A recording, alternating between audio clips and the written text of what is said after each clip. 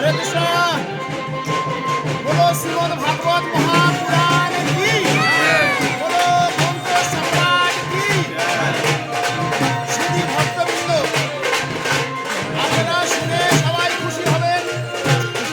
শিলিগুড়ি বিমানবন্দর নিবাসী শঙ্কর ঘোষ, শঙ্কর বাবু, নমিতা দিদি, তার গৃহ প্রাঙ্গণে সপ্ত দিবস ব্যাপী আমাদের এই ভাগবত কথা অনুষ্ঠিত হবে।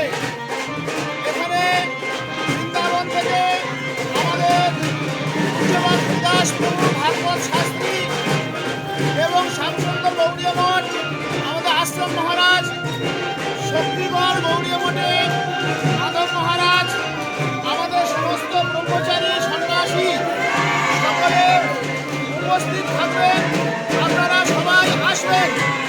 এই সমৃদ্ধময় ভাগবত শিবের একমাত্র আত্মকল্যাণ, সেটা শ্রবণ করুন। আজকের বৈকাল 4টে থেকে রাত্রি 8টা পর্যন্ত এই 7 দিন ব্যাপী এই ভাগবত কথা রসামৃত আপনারা আস্বাদন করুন।